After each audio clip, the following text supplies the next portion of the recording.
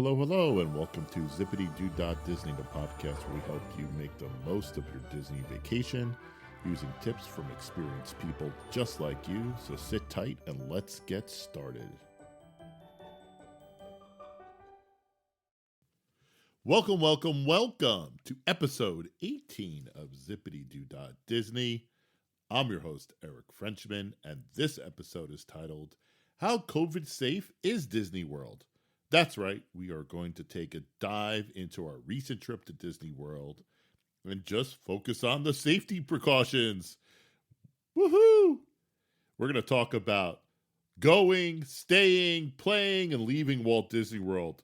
Episode 19 will take a look at our trip in detail, but this episode is just for the safety protocols, kids. So here's how this episode is going to roll. First, we're going to look at getting to Disney World and then getting home from Disney World and what the airlines look like. Next, we'll review our hotel and Disney transportation, and then our favorite subject, Disney dining. Yes.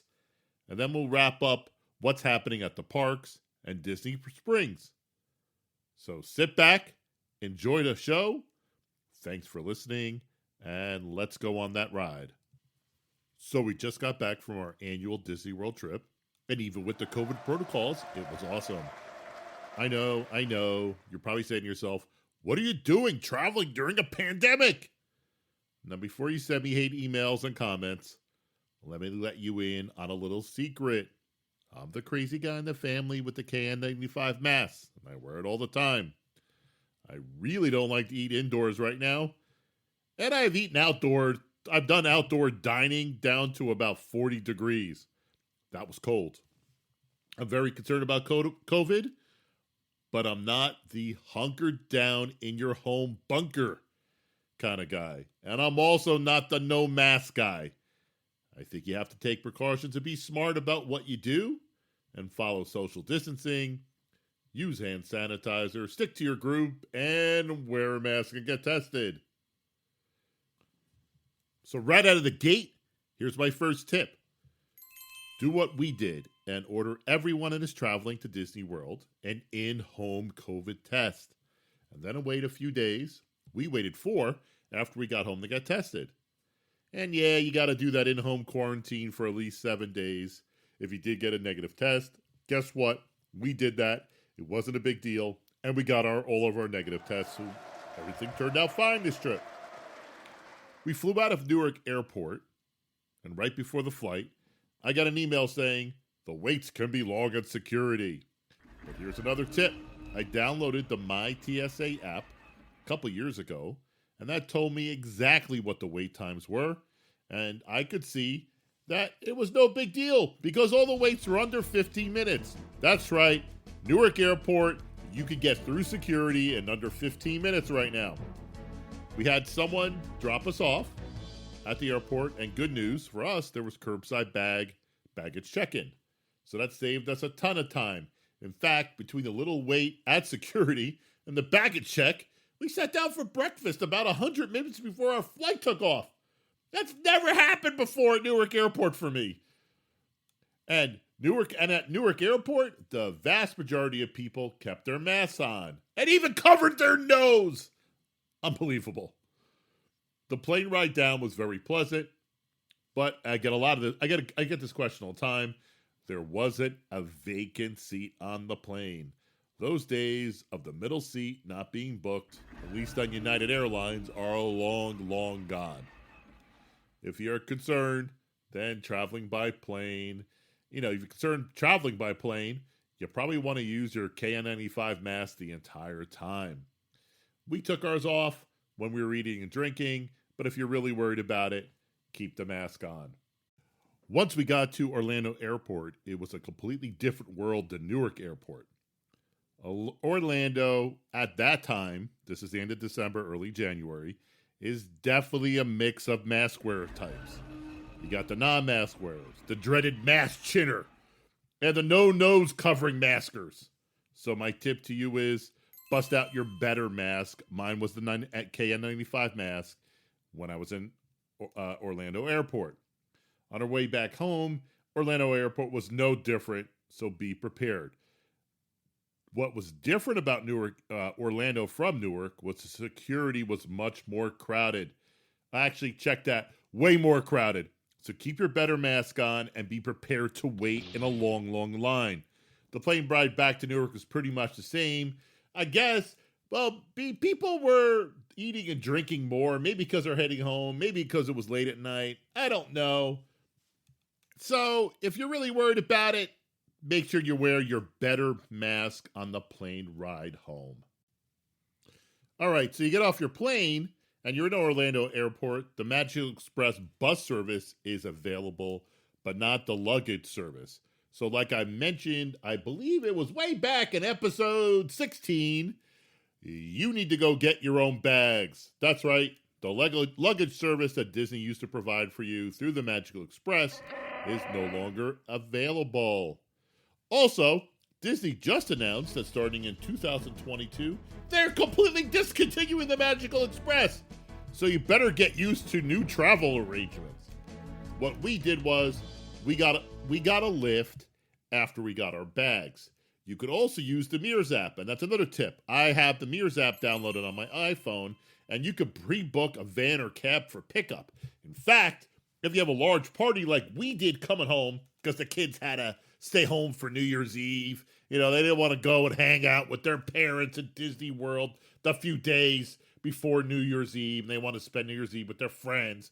So when we were coming back, we had a much larger party, and we didn't want to take two lifts. So what I did was I used the Mears app to schedule a van to pick us all up, and it took all our bags. And so I think that's a great tip for you, especially when you're going home. Get the Mears app, download it, pre-book a van or a cab, especially if you have a large party, because it worked out great for us. So we arrived at our hotel, which was Bay Lake, which is near the Contemporary, with our bags. And the first thing you notice are there like hand sanitizers everywhere. I mean, it's like a sea of hand sanitizers. I guess they go with that old Walt Disney theory that you need like a garbage can like 50 feet or so for people to use it. Well, it looks like they did the exact same thing for hand sanitizers because they are everywhere. Also, almost everywhere you look where somebody could possibly stand in any kind of line, there are markers on the floor measuring out social distancing. And the other good news is, what you'll see is everyone has their mask on. That's right, everyone. No moron chin maskers. They're not there. No nose covering idiots. They're not there either.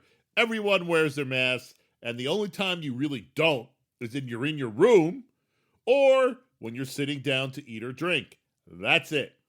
Finally, the other change that we noticed in the hotel was the elevators. There was this big sign by the elevator limiting who could go in there. It was usually no more than 4 individuals. It could have been 5, but no more than 4 or 5 individuals or one family per elevator. And believe it or not, most people follow those rules. So if you open the door and there's 2 people in the elevator and there's 3 of you standing outside, that turns out to be 5, but you get my drift. They're not going to let you in. People kind of stuck to the rule, and everybody's pretty nice about it. And that was the other thing you noticed. Everybody follows the rules at Disney World, really everybody. So what we did in this case is we dropped off our bags with Bell Services because our room wasn't ready, and we went out to the bus at the Contemporary for Disney Transportation. All right, Disney Transportation. That's where a lot of the COVID protocols have taken place, and if you ask me, they're kind of for the better. Really? Yes, I really did say that. Gone are the days of jamming you into a bus and sitting where you want. All right, so that's not so great. But anyway, did you like standing on buses and holding on to those straps? Of course you did it. Nobody did. How about multiple stops before you get to the parks? Not anymore. The bus from the Contemporary went direct to the parks. And when that bus pulls up, the bus driver assigns your seats based on your party size.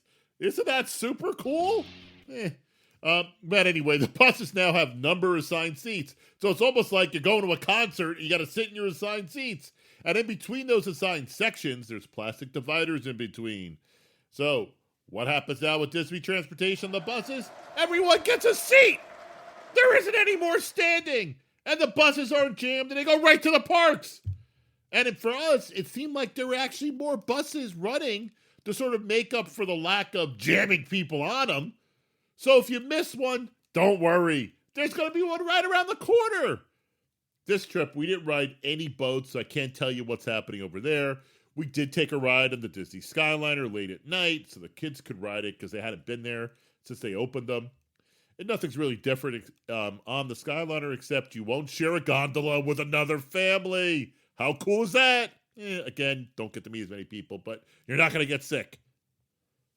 The monorail is similar to other Disney transportations that you won't be jammed in with a lot of people, although you will share it with another family or two. There's no standing because everybody's going to have a seat because, again, the monorail cast member is going to assign what car you go into. Disney does seem to be running more monorails to, again, compensate for the lack of jamming people into the cars. But if you ask me, it appears they took those cars from the Epcot line because it isn't running. I'm sure there could be some other reasons why Epcot, the line from Magic Kingdom to Epcot isn't running. So yes, right now, you cannot go from the Magic Kingdom to Epcot via the monorail. I actually had someone tell me that's a shame because going from the Contemporary to Epcot via the two monorails was actually faster than it is now. It's not. You can't beat a direct bus from the Contemporary or any other Magic Kingdom hotel to Epcot. You can't. Due to the construction, just a little another side note, you can't take a monorail to or from the Polynesian Hotel right now. Again, this is being recorded in the end of January 2021. So if you need to go to the top Polynesian, take the monorail to the Ticket and Transportation Center, stop, and then walk to the Polynesian. The only other tip I could give you on the Disney transportation is that if you need to go hotel to hotel, say you're eating dinner at Topolino's at the Riviera, you need to get back to the Contemporary, you should probably schedule your Lyft or Uber or your Mears in advance rather than just order one like you normally would do. It just seemed to us, and maybe this was just randomly occurred, but it seemed that it took a little longer because I guess with some of the transportation challenges that are going on, there just seemed to be more pressure put on Lyfts and Ubers, and they didn't arrive right away. So that's a tip I would give you if you're going out to dinner at a different hotel and you don't want to wait too long afterwards. Schedule it in advance. All right, we've gone through the transportation. So now we're on to our favorite subject, food. And guess what? There are COVID protocol changes here too. One of the best changes is that eating and drinking food while stationary is one of the only times you can enjoy Disney World without wearing a mask. So bulk up on those meals so you can enjoy some mask-free time because you no longer are supposed to be walking around eating and drinking at the same time. Some people get away with standing in line, eating some food and drinking a little bit, but for the most part, you're stationary if you're along lines. They don't really seem to come after you if you do that, but just keep that in mind if you're waiting in line and you're drinking a cup of coffee or eating some food. Try and be a little careful about it so you don't get caught. I'm not really sure if they're going to bust your chops on it or not. I didn't see anybody, but for the most part, very few people were doing that. Generally, not all restaurants or quick service or even the carts have reopened in Disney World. So unfortunately, some of your favorites may not be available.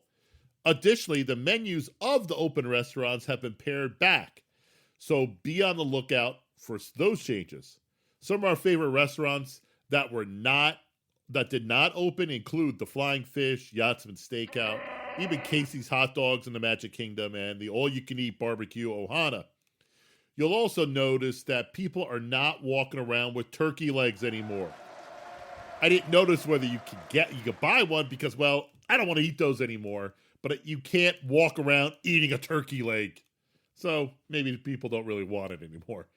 Anyway, you'll also notice that the restaurants that did open, they have smaller menus. This is not a problem because probably all your favorites are going to be there, but occasionally you might find one that's not. For example, one of our favorite restaurants is Morimoto Asia in Disney Springs, and one of our favorite menu items is the Angry Chicken. It is not on the menu, but it's a special every night. So if you want one, and trust me you do, when you get seated, ask your server if they still have some, and then ask her to put them aside for you. Most of the quick service spots, with the exception of some kiosks and Starbucks, strongly encourage you to use the mobile ordering feature on your phone in the Disney app. And probably unlike the last time you tried it, everyone is using it. So the system's a little crowded, especially when you go to pick up for your food. So here's a tip. Here's what I would do. When you decide where you want to eat, pull up the mobile app and place your order. They will give you a pickup window, which is usually like a 20-minute window. Depending how crowded it is, it might be a little bit further out. So say, for example, it's 12:30 and you want to eat lunch in Hollywood Studios at the ABC commissary, and you go to put your order in, and it'll give you a 20-minute window, say 20 minutes from now. So you're basically waiting about 40 minutes for your food, but that's not the point. The point is they're going to give you a pickup window that may or may not be right then and there when you place your order. So as soon as you can, and that pickup window opens up, tell them that you are at the quick service spot, even though you're not. Don't do this if you're waiting online and soaring for 60 minutes, but say, again, if you're in Hollywood Studios and you're over in a part of the park and you're maybe doing some shopping, even though you're not near ABC commissary, then say, hey, you're here, and then walk over. You know why? Because once you tell them to prepare your order, it takes some time. And of course, now everybody's standing around waiting for their order. So tell them to prepare your order when you're on your way or you're ready to walk over there. Don't just wait when you're there. The other thing that you're going to find out is finding spots to sit and eat is a little more difficult because Disney has cut back on the seating areas due to social distancing. They'll mark out spots on benches. They'll put signs on tables and chairs that you can't sit there because they're doing social distancing. I know a lot of people will send people ahead to get the seats. And that sounds like a great idea, but it's really kind of mean. You know why? Because just like I mentioned, when you tell them that you're here, so say, hey, I'm at ABC Commissary, and you press the button, you press the button to have them prepare your food, it could take another 20 minutes. Meanwhile, you sent your significant other to go get some seats, and they're sitting there for 20 minutes hogging a table and nobody's eating. That happened to me a couple times. It was really annoying. The one place that did it, that was actually did a great job was Docking Bay over in Star Wars Land, or Galaxy's Edge, whatever, over in Star Wars Land, because when you go to say you're here and your pickup window's available, you pick up your food, and then the cast member brings you to a table. They find it for you, so you can't hog any of the spots. Anyway, that's a little pet peeve, but let's keep going. If you're like us, you're a Starbucks junkie, and you'll love getting coffee and breakfast from Starbucks at Disney World. And guess what? They have their own special protocols. So what happens now is you're waiting in a line, social distance, and then when you get to the entrance, a cast member will tell you kind of which way to go towards which registers. And then you wait in line again, following the social distancing. You find little spots around the floor, and then it's your time to order. And you go up, and you order, and then there's even more social distancing. Oops, wait, before I forget, if you like to have like sugar or cinnamon or anything else added to your coffee, you need to tell them when you order it, because you don't have a little spot where you can add your own sugar in anymore, your own cinnamon. So you got to ask Starbucks, their barista, to put it in for you. Not a big deal, but just remember that. Anyway, and then once you place your order, then you wait at some more spots, and then you'll finally pick up your food. Believe it or not, the whole Starbucks process, it seems crazy, but it's actually more efficient. It really is. It worked out great every single time we placed an order. Not much has changed for sit-down dining, other than what I mentioned above when it comes to restaurants. One thing what we did do a lot is when you go to do sit-down dining, when it comes time, you could use Disney's app to check in, and check in for your dinner reservation. You can only do that when you're close. And then, so you say, hey, I'm here, and you're close range to the restaurant. You can say you're here, and you can check in. You'll probably wait a few minutes. They'll escort you to your table. Again, no big deal. It was kind of fancy. I kind of liked it. The only other change we noticed with any of the dining options was at the Rose and Crown pub in England. You can still get drinks, you can still get food, but you can't drink in the pub. No, you can't sit at that bar or stand at that bar or sit at tables. That's right. Everything's to go at the Rose and Crown Pub. So if you're like us, you're gonna go outside. You can sit on the curb and drink. Or you could go around. They have nice little, there's a little garden spot around the corner, right behind the fish and chips guys, where you can sit and eat and order your drink. I'm sorry, order your drink. Drink your drink. All right, let's jump into the final segment of this episode, which is what's going on at the parks and Disney Springs. And actually, there are a lot of changes. What you notice is that everyone, and I mean everyone, gets a quick temperature check right before you get to security. No big deal. Security is even faster than before. You know why? Bag checks. Gone, unless you have a large bag or a stroller or scooter. That's right, you just walk right through security. Yeah, they got those scanning devices out there, but you just walk right through and you get to the gate. And guess what? No more fingerprint checks. That's right, you scan your banner card and walk in. Couldn't be any easier. The next thing you'll realize that there are no fast passes. Well, there are, but not for the average visitor. You can still get fast pass if you're part of the exclusive Club 33, or you have special needs. You can still get a pass that way, or maybe you receive one for breaking down or for some other reason. Why are the fast passes gone, you say? Well, you don't really need them with lower capacity. What you do need to adjust for is that you really need to have a plan for how you tour the parks, because you'll want to avoid crisscrossing the parks. What do I mean by that? Almost all the parks are arranged in a similar fashion, usually like a spoke and wheel system, with the bigger, more popular rides on the extremes of the park. So, for example, when you want to go to the Magic Kingdom, decide where you want to go to first. For example, you want to go to Tomorrowland, you want to go to Frontierland, you want to go to Adventureland. And once you head to one of those sections, those are the rides you're going to do. Do the rides in that section before you go to the next land. So, for example, if you're like us, you did Tomorrowland first. So you do Space Mountain, Buzz, Lightyear, and any other rides over there. And then you make your way over to Fantasyland. You do come with some of the rides over there. And then finally, you end up in Frontierland. Splash Mountain, Big Thunder Mountain. You do the rides over there. That way, you sort of minimize the crisscrossing that you do in a park. And one of the other problems is because there aren't fast passes, there are lines everywhere. Even rides that usually don't have long waits, like It's a Small World.